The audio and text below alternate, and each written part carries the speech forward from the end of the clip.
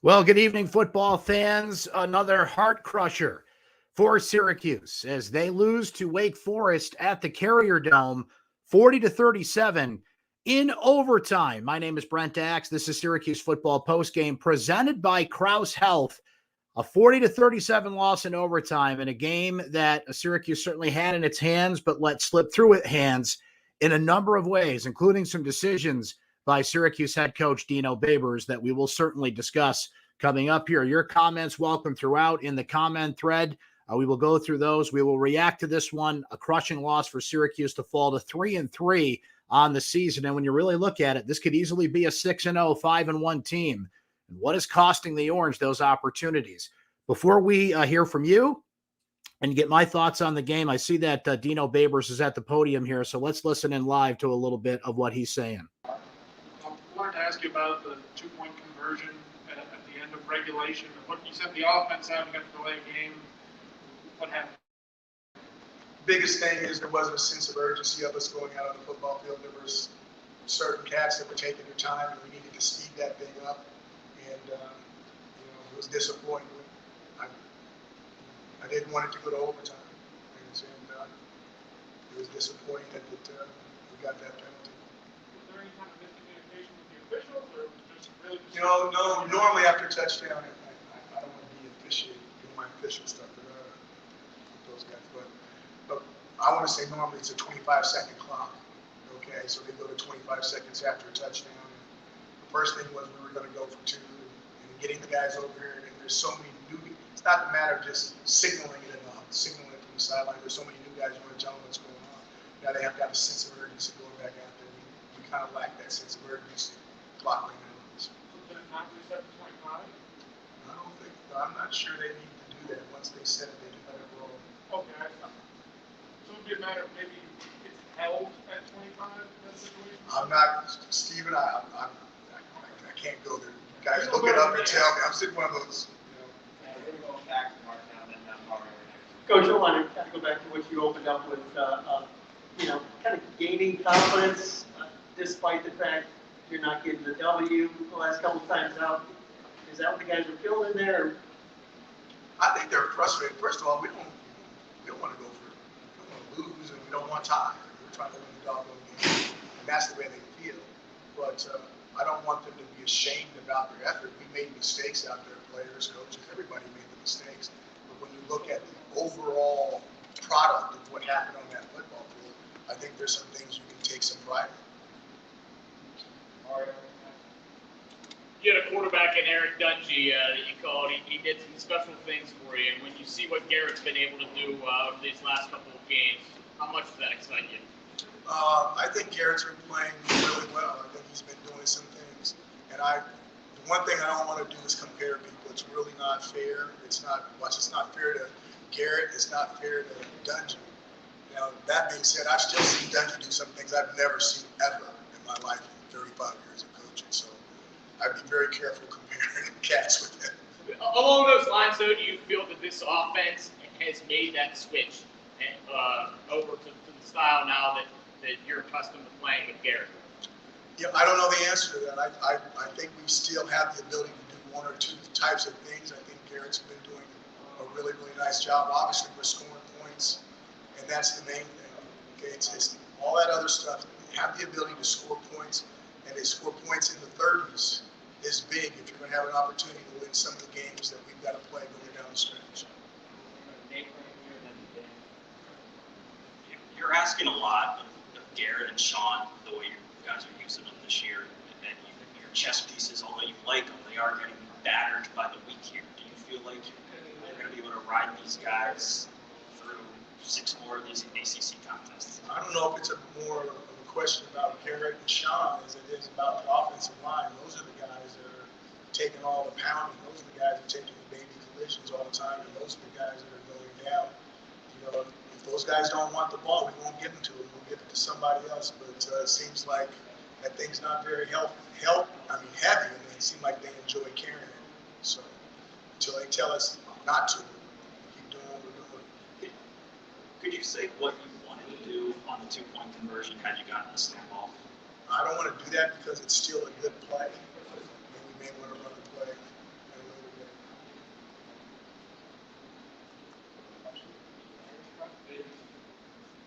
So, you want to talk about former players that Tosh not on the team anymore. You're running a lot of jet sweeps. You guys were kind of running a read option with Courtney in there, the jet sweep. And what does that bring? Just being able to spread out the field using some of those speedy receivers you have in the rushing game as well.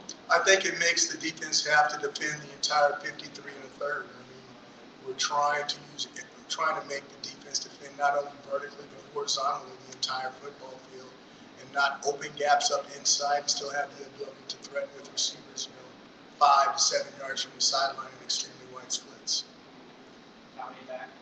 Coach, with Sam Hartman passing for over 300 yards today, do you think that ended up being his own line that was able to create that space and really target the middle of the field where safeties were? Rushing yards are rushing yards. You got to give the credit to somebody. So if their offensive line, that's what they did, you have to give them the credit. Coach, electing to give Wake that 3rd and 23 before halftime, and then they convert, and then they get the touchdown after the fact. Walking into the locker room, how did that change the halftime speech to the guys, that knowing that it was only a one-score possession? It's never a speech. It's always a talking to. And you can do the numbers. I was sitting there. The guy is the most accurate kicker in the history of Wake Forest. His longest kick is 47 yards. I know what his longest kick is. He was in the stadium booting it from 58 and drilling it in pregame warm-ups. If anybody watches pregame warm-ups, and I'm sitting there going, he's like 900%. I'm like, this guy's not going to beat us. Okay, so I had a choice of letting them get 3 or seeing if they can convert a 3rd and 23 versus our defense. I don't know what the analytics are, but you guys can shoot the percentages and write a heck of an article. And then even with the 3rd and 23, we had a guy right there, but we didn't make the play. So I know this game's going to be a close game. It's always a close game. I didn't want to surrender 3 points right before that, because I knew it was going to come back to matter, and it did. People were proposed to start Steve making over Mario back. You're getting asked about singular plays, and this is a really long game. What did you see on that last Wake Forest touchdown? Literally, I didn't see the play. When the guy faded back, I couldn't see the play. I was blocked, and I thought the ball hit the ground. My assumption was the ball hit the ground. Next thing you know, our people cheering and stuff. All right, what do you say? We'll jump back in here, and appreciate all your comments so far and everybody tuning in live here on Facebook and on our YouTube Orange Sports page. And if you do miss the show live after every Syracuse football game, it does archive there on YouTube. We put it out on our social media channels. Easy to find in case you can't be here live. Plain and simple, Dino Babers cost Syracuse this game. And I understand when you get to overtime, a play here, a play there, things go your way. Credit to Wake Forest. That was one hell of a play that they made at the end of that game. Sam Hartman put the throw in a place where it could only be caught by the man who caught the ball. And boy, did he catch that pass. A.T. Perry for Wake Forest, man, has to reach behind him on the ground somehow, some way, just pulled it in after Syracuse could not get off a play on time in overtime, has to call a timeout. Schrader gets sacked on the 3rd and 8, so Syracuse has to settle for a field goal, giving Wake the opportunity to strike as per the rules in college football overtime and win the game. Okay, let's go over it here, guys, and gals for that matter, because this was just a brutal run of decision-making by Dino Babers in this game. His clock management skills are off the charts bad, and it's costing Syracuse games. I mean, folks, look at their 3 losses. The Rutgers game was a 10-point loss, and they lost that game because they didn't give Sean Tucker the ball enough in the second half. The Florida State game, you can say a holding penalty at the end should have gone Syracuse's way. There's no question about that, but let's say they get the penalty, they get pushed back, Florida State doesn't score, then you go to overtime. And as we saw today, the mess that can happen when you go to overtime, right? These losses that Syracuse has had, they beat Liberty on a last-second field goal. They lose to Florida State on what ended up being a last-second field goal that, frankly, they shouldn't have had. And then this game, you're up 21-10, and a decision made by the head coach, which I can't even comprehend. And you want to talk about how important, even in an overtime game, first-half decisions are in this. Okay, let's go through this. 4th and 2, 7:13 remaining in the game. Babers decides to kick a 45-yard field goal with Syracuse pushing ahead with momentum. Garrett Schrader and Sean Tucker were excellent in this game. Second straight game. They've both gone over 100 yards rushing. You've got this power rushing game. It's 4th and 2 on the moment. You got to have some guts and push forward and trust your running back or trust your quarterback who's done it all day to push ahead, because you need a touchdown in that spot. You have got to push at home, Wake Forest, and say, no, this is our game. Instead, he decides to kick a 45-yard field goal. Andre Schmidt misses the kick. Wake Forest gets the ball back. They score on a 10-yard touchdown. They take a 34-27 lead on a 2-point conversion, which would have made the field goal a moot point anyway, which emphasizes the fact you should have gone for it on 4th and 2 and taken command of the game. Just before halftime, Babers declines a penalty, a holding penalty, which would have forced Wake Forest to kick a 51-yard field goal. Now, folks, Nick Skiba is the best kicker in the country. I don't care if he is Morton Anderson reincarnated. You make the kicker earn a 51-yard field goal. Even if he makes it, you get the ball back with more time to try and score before halftime, and you get the ball after the break. Instead, Babers declines the penalty, gives Wake a 3rd and 23. They rush 3 instead of going after Sam Hartman, which they had some success doing in this game. And of course, he converts the 3rd and 23. Syracuse rushing just 3, and Wake Forest gets a score out of it. There was a failed attempt to run a 2-point conversion, 21 seconds to go. Garrett Schrader leads this incredible 94-yard scoring drive for Syracuse. And again, you got to go for it here. You got to take control. You got to say, this is our game. And they can't get the playoff on time. A delay of game? Folks, this all comes back to coaching. There's confusion. There's things going on. I get it. It's only Schrader's 3rd straight start as quarterback, but this all comes back to coaching. All of this does. The pattern is there. The clock management. It's brutal. Just 3 awful decisions there. Not to mention, how about it? They have to call timeout on their first possession in overtime, so they can't get the play call in. 3rd and 8, they come out of the timeout, and Schrader gets sacked. If anything, you gave Wake Forest a chance to catch their breath and see what was coming in this game. And it really wipes away look, Syracuse has found itself in terms of offense with this power running attack they have. Sean Tucker becomes the first Syracuse running back to have 4 straight games with 100 yards plus rushing. Garrett Schrader played a fantastic game for Syracuse. Let's just look at the numbers while we're talking about it here. Schrader on the ground today.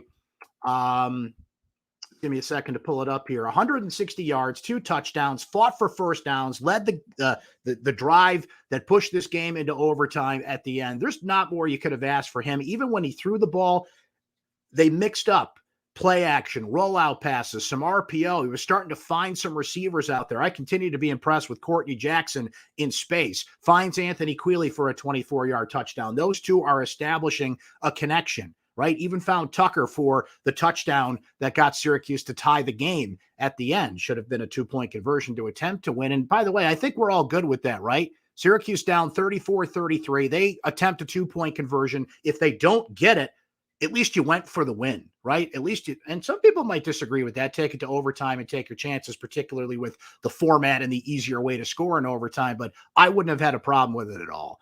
Schrader, 178 yards on the ground. That's my mistake. He had 160 yards passing. He had 178 yards on the ground. Tucker with 153 on the ground. Wake Forest is a good defense, a solid team, and they couldn't stop him all day.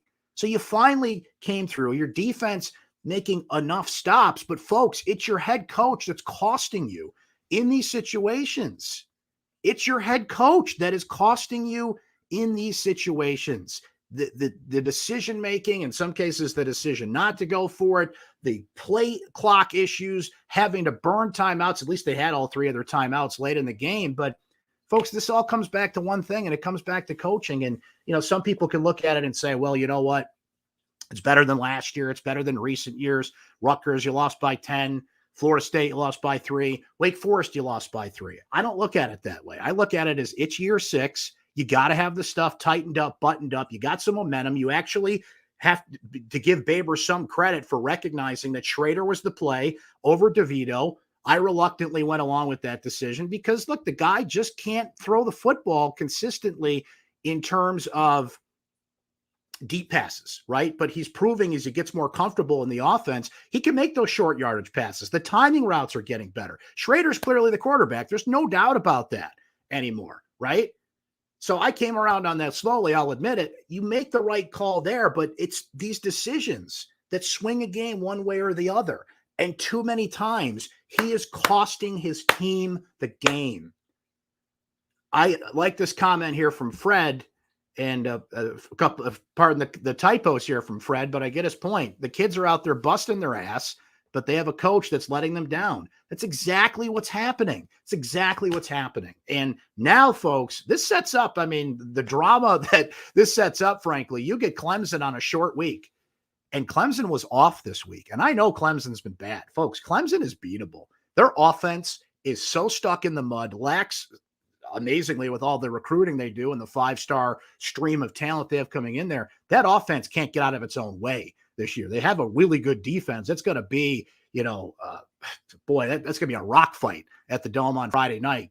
And Clemson's going to key in on that running game, and they're going to make Schrader have to make some passes. But they're exceptionally beatable for Clemson terms. Now imagine, in a world here where you actually coach and give the ball to Sean Tucker in the second half and Syracuse pulls off a close one against Rutgers. I'm not even mad at Babers for that, personal foul call he got because the refs blew that one. That was ridiculous. But it happened. Your coach cost you, in essence, cost you a game in not just that play, but in the decision-making, right? Let's say the Florida State game swings the other way and you lose this one, right? Let's just say, you can't win them all close games. You're 5-1 going into Clemson on a Friday night with momentum and a bad Clemson team that you can beat. And I still think they can beat, even from what we've seen from this head coach. It just, in situations like this, can't get out of his own way, right? That's the most frustrating thing about it. It's almost more frustrating that they're so close, yet so far away, as the great song once said, right? Hall & Oates. To me, that's more frustrating than a team is just bad, can't compete, not on the level with those teams. Once in a while may pull a good game out of their you-know-what. It's almost worse. It's like that commercial with the guy who's got the dollar bill on the fishing line. Oh, you almost got it. You almost got it. That's frustrating. I'm frustrating for you. I'm frustrated for you. And look, RJ brings this up here. I'll give credit to the Syracuse offensive line. They're down 3 guys tonight. They're down Darius Tisdale. They're down Aaron Service once he got into the game and got hurt. And they're down Chris Bleich. Now, Syracuse got a heck of a performance from, they got a player who comes in from Hawaii who is 6'6" and 300-something pounds. Let me pull up his name here, give him proper credit. He played great. The offensive line, despite being down 3 starters, they had over 300 rushing yards. They did their job. That's a good defense that Syracuse faced in this game this afternoon against Wake Forest. I want to give credit to who we were talking about there. And Syracuse has actually done a pretty decent job recruiting Hawaii, getting some offensive linemen from that state. And this kid he's a big boy. He is a big player. And he's a freshman. Once he gets kind of in rhythm here and gets his feet on the ground and kind of realizes what's happening out there, then, boy, you're starting to get some players. Here it is. Kalen Ellis, 6'6", 365 pounds. Comes in, Bleich out, Tisdale out, Service goes out. You're down to fumes again on the offensive line, which is a concern. Syracuse, missed Abdul Adams in this game. Of course, Taj Harris transferred out earlier this week, so this offense is getting thin in key positions. Cooper Lutz had a fumble at the end of the game, which ended up not mattering because Syracuse got the ball back. But this, that's the shame of it too, is you could have banked by this point, let's say 5 wins, right? Only 1 win to get to a bowl game down the stretch with injuries, departures, and depth starting to pile up, particularly on the offensive side of the ball. It's why you got to cash in those opportunities when you can. You won't get them all, but like I said, just give me 2 out of 3. Just give me 2 out of 3 in those losses that Syracuse has. They're a 5-1 team, and you can actually like talk yourself into it. You can actually say you're right there. You're doing it, but they keep costing themselves that. So you guys are doing great here in the comments. I've highlighted a few, but let's look at a few more of what you are saying here. Scott with a good question. Can Adams enter the portal? So if you have played in 4 games this season, your eligibility is up, and Abdul Adams is kind of at the end of the road there. He's already transferred once, by the way. So I'm not sure entirely. I'll have to look that up while we're talking about it here. But remember, he's an older player that's already transferred once. Not to say he can't do it again with the extra year of eligibility they were granted. And if he doesn't feel he's got an opportunity here, that one I would not understand, frankly, because he's the number 2 running back. I get Tucker's the man, and he's going to get the carries. But how about that? Tucker comes off the field. He waved in for that. That wasn't a coaching decision, by the way. I'll give Babers a break on that because he was tired. Lutz fumbles the ball. That was a heck of a play. Wake Forest popped the ball out. The guy catches it on the sideline. I mean, what do you do about that, right? So I'm not sure about Adams, but look, you got to put everything you can out there. Who would have saw when Taj Harris was out that he would transfer that next day on Sunday after Syracuse lost to Florida State? So you got to kind of keep everything on the table. William brings up a good point here. Can we get a punter who can actually punt? And look, James Williams was highly recruited. He was somebody that Syracuse targeted.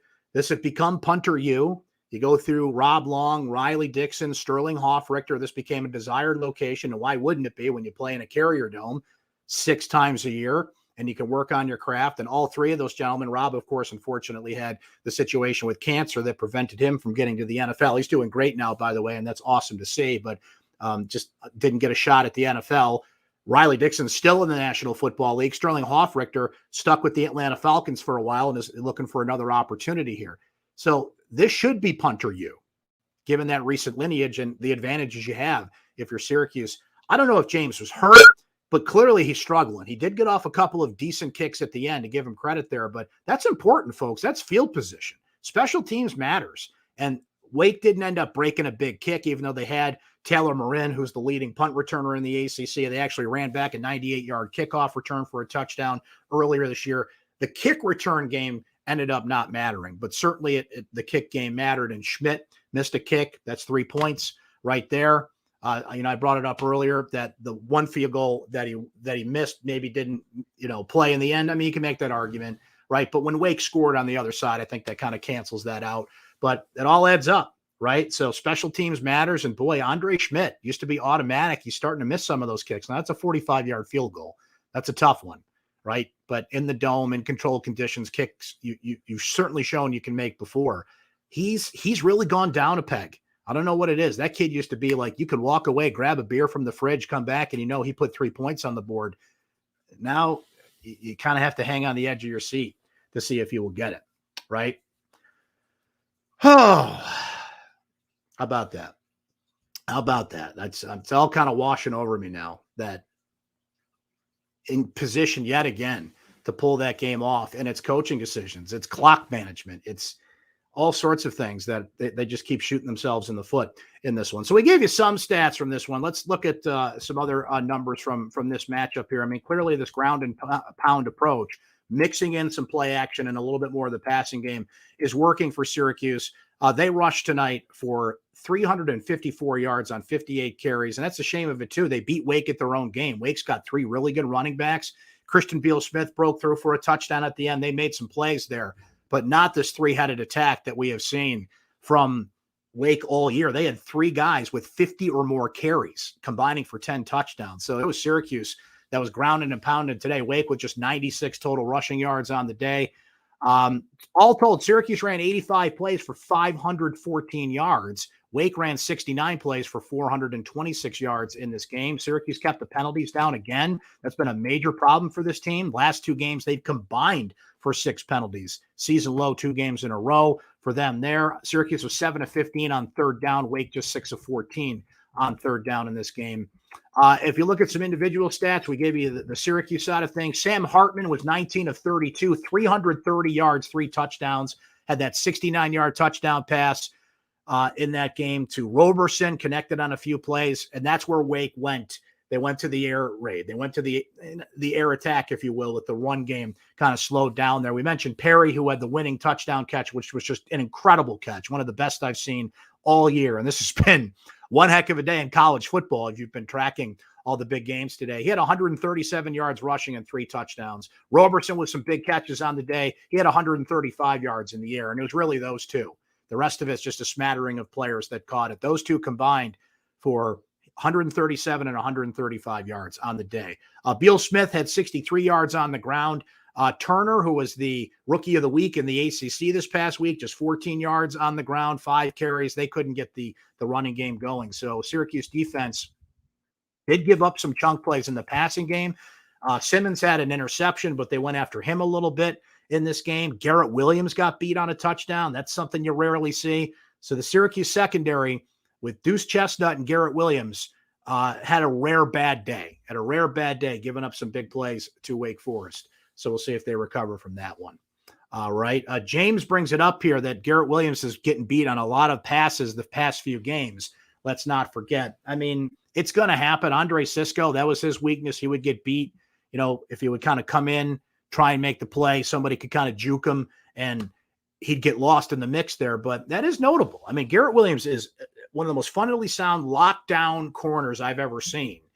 But if you slip by him and get a step, and boy, Perry and Roberson are fast receivers, you can get them. Right? So that is something to note there. I'll put Garrett Williams on my team anytime, and that kid's going to play in the National Football League. But it is worthy of noting there, James. Past couple of games, he has been beat a couple of times. Dan says that Schrader reminds me of McNabb a little bit in the way that he runs. The passing will come. I think Mitch Trubisky's the natural comparison there because Trubisky's got his limitations in the passing game, we'll say, but can run the football. I think the passing is getting better for Schrader. He's not going to bomb it 40, 50, 60 yards down the field, but the short passing game that's there, I saw some timing routes that were better. He's clearly establishing a little bit of a kinship with Quealy and Jackson. I love how Jackson fights in the open field. They ran a jet sweep with Jackson. He's getting a much bigger role. I'd love to see Damian Alford continue to get a bigger role in this offense. He's a big target. Arande Gatson, the second, unfortunately, was out of this game. He had his foot in a boot, so it looks like he's going to be out for a few weeks. But eventually, when he gets back and healthy, there's a big target. There are some good receivers that are fit for this offense, right? You want to take some shots down the field when you can, but that short intermediate passing game can work. We did see a bit of a balance there. I know the rushing game really dominated per se, but I saw some really encouraging things there. And that's what's got to be frustrating if you're a Syracuse fan is Schrader was great. Tucker was great. Your weapons were great, even though there's a big blinking neon sign above the Syracuse offense that tells you what they're going to do. Wake Forest couldn't stop it. Schrader is somebody who's making what I saw today, very quick decisions, knew where the play was going, made the decision, went, right? First couple of games, it took him until the middle of the second half, even last week, after 4 possessions to get going. He runs for the 55-yard touchdown against Florida State, and finally you could see the wheels turning. From the first possession, the wheels were turning, going up there. Now he's got the experience in a Syracuse uniform of leading a game-tying drive. Could have been a game-winning drive if they got that 2-point conversion off, right? But he's got the team now. So that's the good news. As you've reached the halfway point of the season, wow, think about that. They're already 6 games in, 6 games down and 6 to go for this team. And boy, that Clemson game becomes a huge swing game, right? If you can beat the brand name and get to 4-3, and again, I just kind of grit my teeth as I say that because this team could easily be 5-1 going into that football game, right? But look, you beat Clemson Friday night, the whole country watching. Even though Clemson's not Clemson this year, that's the great thing about football. It can swing momentum, and it can swing it quickly in this case because you get them on a short week, and Clemson was off this week. So that'd be a heck of an accomplishment. But we got to see how Syracuse ends up in terms of the injuries, the departures, the offensive line. They did a great job tonight. Clemson's defensive line is a lot better than Wake Forest. I don't have, to steal a term from Dino, that offensive line can hold up as well against Clemson next week, run the ball as well against Clemson next week. So something to keep an eye on there. But, man, that Clemson offense this year, It's bad. It's just not what it used to be. I think DJ Uiagalelei is going to be a great quarterback eventually, but he's got just no running game, can't get the offense moving. Their offensive line lost a lot of players. They're just essentially, by Clemson terms, rebuilding, right? It's easier to rebuild when you've got a steady stream of the best recruits in the country coming in, but they barely got by. That Boston College game, their last game, because they were off this weekend, pretty much every game this year, it's in the fourth quarter, and it's going to tilt one way or the other, right? And with Syracuse's defense playing the way that it is, it's going to continue to give this offense opportunities to win, flat out, period. It's just that the offense and the coach, frankly, in this case, and you can make the case in a couple other games, just keeps failing this team in big spots. It's those decisions. It's those 3 or 4 decisions a game in those big spots that swing games. And Dino has not passed the test there this year for Syracuse. So will he do it in the second half of the season is the big question, because 3 down, 3 up in terms of 3 wins, 3 losses, 6 games into the season with 6 to go. This team, can they still make a run and get to a bowl game? The players are doing their part. They're playing their butts off. It's the coach that keeps getting in the way in some key spots. So Dino's got to shake that if this team's going to be in contention for a bowl game come down the stretch for sure. What do you say we ended there for tonight? I always appreciate you guys coming by, hanging on a Saturday night. So we're going to be here late Friday night. As soon as Syracuse and Clemson is over, we'll be right back here. Remember, we're live right after the game, about 15 minutes or so after the game.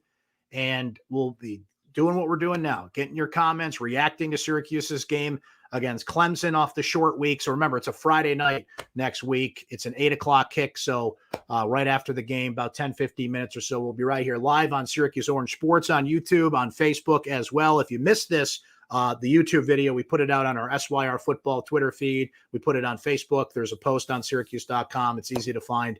If you subscribe to our Syracuse Orange Sports page on YouTube, certainly easy to find if you miss it live. Appreciate you guys coming by as always. Enjoy the rest of your weekend, and we will talk to you Friday night as the Orange take on Clemson.